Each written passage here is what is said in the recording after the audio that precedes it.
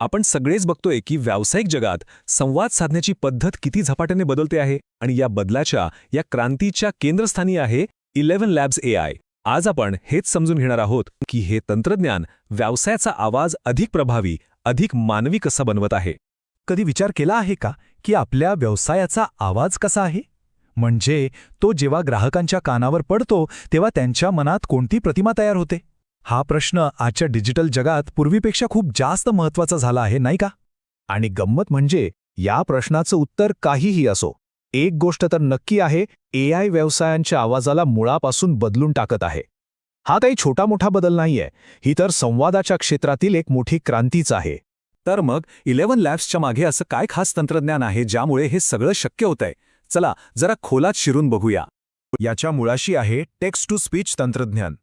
हे AI काय करतं तर आपण लिहिलेलं कोणतंही वाक्य किंवा पॅरेग्राफ काही सेकंदात अगदी हुबेहूब मानवी आवाजात रूपांतरित करतं.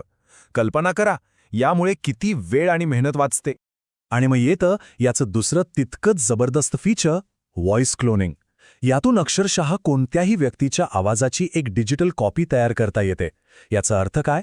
तर कंपन्या स्वतःचा एक युनिक ओळखता येणारा ब्रँड व्हॉइस तयार करू शकतात.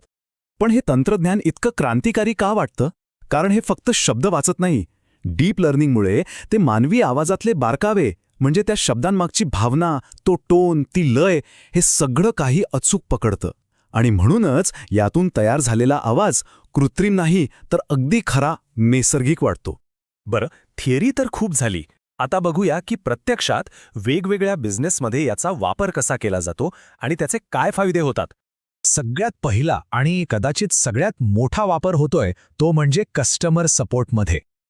AI व्हॉइस एजंट्समुळे ग्राहक सेवेची संकल्पनाच बदलून जात आहे. विचार करा, 24 तास विनाथांबा ग्राहक सेवा. म्हणजे ग्राहकांच्या प्रश्नांना लगेच आणि अगदी योग्य उत्तरे मिळतात, तेही कमी खर्चात. रात्री अपरात्री येणाऱ्या कॉल्ससाठी आता वेगळा स्टाफ ठेवायची गरजच नाही. आता वळूया दुसऱ्या महत्त्वाच्या क्षेत्राकडे, जे आहे मीडिया आणि डिजिटल कंटेंटचं जग.